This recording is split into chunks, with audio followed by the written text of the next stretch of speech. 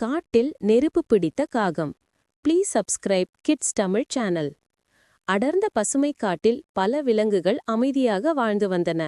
அந்த காட்டில் மரங்கள் உயரமாகவும் ஆறுகள் தெளிவாகவும் பறவைகளின் குயிலிசை இனிமையாகவும் இருந்தது. அங்கே வாழ்ந்த ஒரு காகம் கருணி எல்லோராலும் அறியப்பட்ட ஒன்று. கருணி சாதாரண காகமல்ல, அது புத்திசாலியும் பேசறிவுமுள்ள பறவையாக இருந்தது. ஆனால் ஒரு பெரிய குறை, அதிக ஆர்வம் கொண்டது. எதை பார்த்தாலும் இதென்ன, எப்படி வேலை செய்கிறது என்று கேள்விகள் கேட்கும். புயல் வரும் முன்னோட்டம். ஒரு மாலை காற்று கடுமையாக வீசத் தொடங்கியது. காட்டின் கிளைகள் சத்தமாக அசையத் தொடங்கின. புயல் வருகிறது என்று எல்லா விலங்குகளும் தங்கள் குடைகளுக்குள் ஓடின. கருணியும் ஒரு பெரிய ஆலமரத்தின் கிளையில் அமர்ந்து மேகங்கள் எப்படி மோதுகின்றன என்று பார்த்து கொண்டிருந்தது. அந்த நேரத்தில் ட்ராங் என்று பெரிய மின்னல் ஒன்று விழுந்தது. அது நேராக ஒரு உலர்ந்த பாளையின் அருகே பட்டது. அங்கிருந்த உலர் இலைகள் உடனே நெருப்பு பிடித்தன.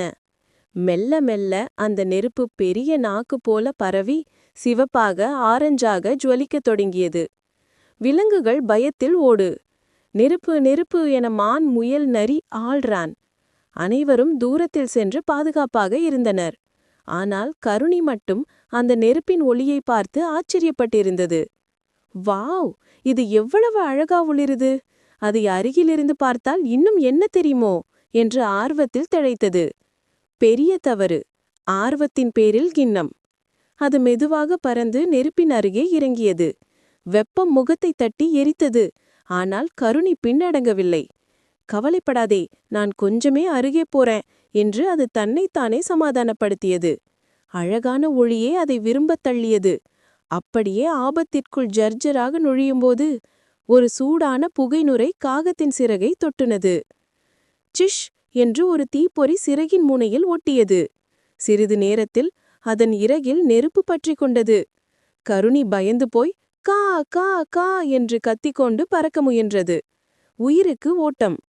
காற்று வலுவாக இருந்ததால் நெருப்பு இன்னும் கொஞ்சம் பரவியது.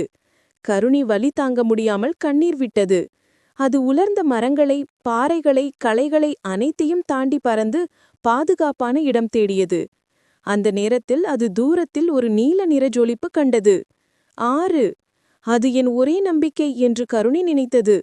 அது பறந்து பறந்து வெப்பத்தை, வலியை, பயத்தை கடந்து நதிக்கரைக்கு வந்து தன்னை முழுவதுமாக தண்ணீரில் வீழ்த்தி கொண்டது. சிஷ் என்று சத்தம் எழுந்தது. அதே நேரம் நெருப்பு அணைந்தது. கருணி மூச்சு விட முடியாமல், ஆனால் உயிர் காப்பாற்றிய உணர்வில் நடுங்கிக் கொண்டிருந்தது. நண்பர்களின் அன்பும் கவலையும். காட்டில் இருந்த மான், காண்டாமிருகம், அணில் ஆல் ரஷ்ட் தேர். கருணி, நீ சரியானையா என்று கவலையுடன் கேட்டனர். கருணி மெதுவாக தலையாட்டியது. சிறகில் கொஞ்சம் கருகிவிட்டது.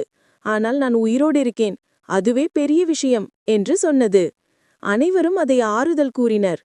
ஒரு பெரிய உணர்வு, ஒரு பெரிய பாடம். அந்த இரவு கருணி தனியாக ஒரு மரக்கிளையில் அமர்ந்து சிந்தித்தது. நான் எல்லா விஷயத்தையும் தெரிஞ்சுக்கணும்னு ஆசைப்பட்டேன். ஆனால் எல்லா விஷயமும் நம்மை அணுக சொல்றதில்லை. ஆபத்தை புரியாமல் ஆர்வப்படுவது முட்டாள்தனம். அடுத்த நாள் எல்லா விலங்குகளையும் கூட்டி கருணி சொன்னது. நெருப்பு அழகா இருக்கும், புதிய விஷயம் ஈர்க்கும். ஆனால் பாதுகாப்பு முதன்மை. ஆர்வம் நம்மை அறிவாளியாக்கலாம், ஆனால் அதற்கு எல்லை இருக்கணும். அது கூறிய வார்த்தைகள் காட்டின் எல்லா விலங்குகளுக்கும் ஒரு வாழ்க்கை பாடமாகி விட்டது. அதற்பிறகு யாரேனும் ஆபத்தான விஷயத்தை ஆர்வத்தில் அணுகப் போனால் அவர்கள் ஒருவருக்கொருவர் நினைவூட்டுவர். கருணி கதையை நினைச்சுக்கு பாரு என்று. நீதி. ஆர்வம் நல்லது, ஆனால் ஆபத்தை புரியாமல் செய்யும் ஆர்வம் மிக பெரிய ஆபத்தை உண்டாக்கும். அறிவு கூடிய ஆர்வம் மட்டுமே நம்மை முன்னேற்றும்.